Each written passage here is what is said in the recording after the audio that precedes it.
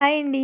ముందు అందరికీ సారీ చెప్తున్నాను. ఎందుకు అంటే మొన్న ఉండ్రాల దద్ది రోజు వీడియో అయితే లాంగ్ వీడియో అప్‌లోడ్ చేశానండి. దాంట్లో నేను ఉండ్రాల దద్ది అని మెన్షన్ చేయబోయి అట్ల దద్ది అనేసాను. సారీ అండి. ప్లీజ్ ఏమీ అనుకోవద్దు. నైట్ ఎప్పుడో 11:30కి ఇచ్చాననమాట వాయిసు. ఇంకా నిద్రమత్తులోనో, నీరసంలోనో అలా వచ్చేసింది.